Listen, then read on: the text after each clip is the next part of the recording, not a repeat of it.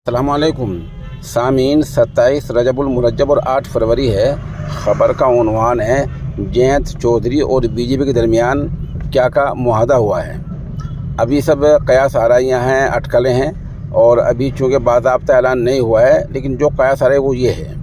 जयंत चौधरी ने 5 सीटें मांगी थी, मथुरा, मुजफ्फरनगर, बागपत, अमरोहा, कैराना। बताया जा रहा है कि बीजेपी ने 3 सीटें मान ली हैं, अमरोहा, बागपत और कैराना।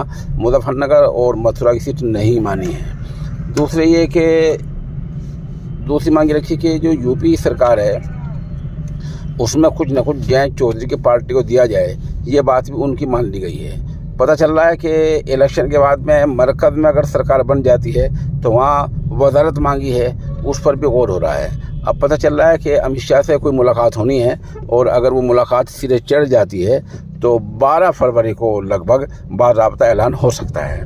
उधर अखिलेश यादव का जो आज बयान आया है, वो बयान भी आया है कि जयंत चौधरी एक सुलझुए लीडर हैं, वो कोई ना कोई अच्छा फैसला लेंगे। अभी तक अखिलेश ने और जो उनकी अहले का बयान आया है या और किसी समाजवादी लीडर का बयान आया है, वो जयंत पर कोई खुलकर तनकीद नहीं की गई है। इस तरह की अटकलें फ़िलहाल चल रही हैं।